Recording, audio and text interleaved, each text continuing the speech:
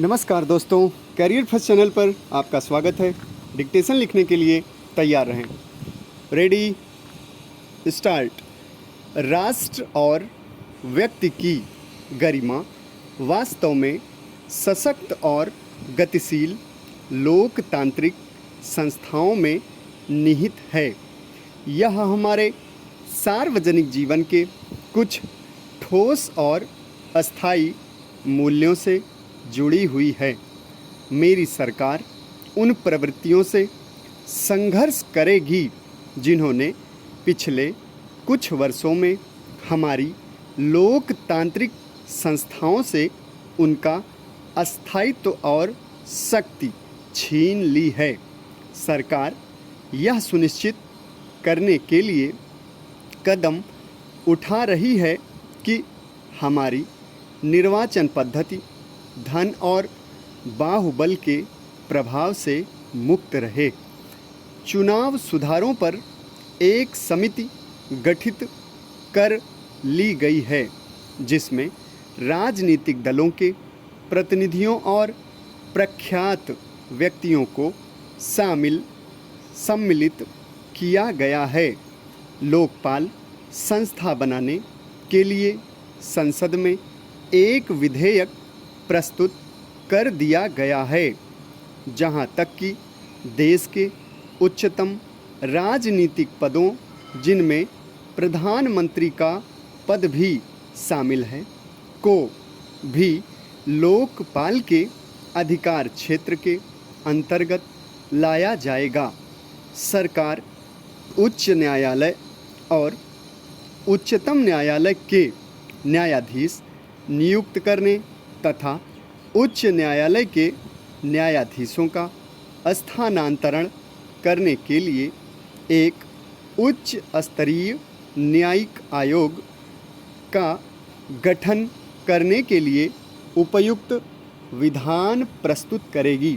मैंने संसद को डाकघर विधेयक पर पुनः विचार करने को भी कहा है। इस विधेयक से लोग काफ़ी चिंतित थे कि इससे नागरिकों के गोपनीयता अधिकार में गंभीर हस्तक्षेप होगा।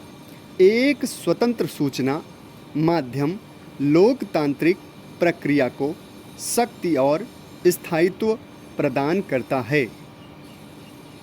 सरकार ने इलेक्ट्रॉनिक मीडिया की स्वायत्तता मंजूर करने के लिए पहले ही कदम उठा लिए हैं। संसद के पिछले सत्र में प्रसार भारती विधेयक प्रस्तुत किया गया था। सरकार प्रेस की स्वतंत्रता सुनिश्चित करने के लिए वचनबद्ध है। लोगों को सूचना प्राप्त करने के अधिकार की गारंटी देने के लिए ठोस कदम उठाए जाएंगे और सरकार गोपनीयता अधिकार में संशोधन के लिए विधान प्रस्तुत किया जाएगा। अर्थव्यवस्था के लिए यह वर्ष एक कठिन वर्ष रहा है। पिछले वर्ष की वृद्धि की तुलना में कृषि एवं उद्योग दोनों में उत्पादन की वृद्धि कम रही है। औद्योगिक क्षेत्र में विशेष रूप से मंदी अधिक रही है। प्रथम 6 महीनों में औद्योगिक उत्पादन में केवल 4.2% की वृद्धि हो पाई। वृद्धि में कमी के साथ साथ पिछले कुछ वर्षों में व्यापक आर्थिक असंतुलन और भी बढ़ गया है। इस दौरान बजट की स्थिति में अत्यधिक गिरावट आई। जब नई सरकार ने सत्ता संभाली तो बजट का घाटा 1300 करोड़ रुपए तक पहुंच चुका था। 1989 में कीमतों में काफ़ी दबाव पड़ा, जबकि पिछले फसल का यह दूसरा वर्ष था।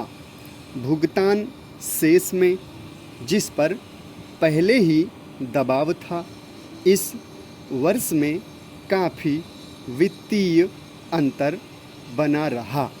समाप्त।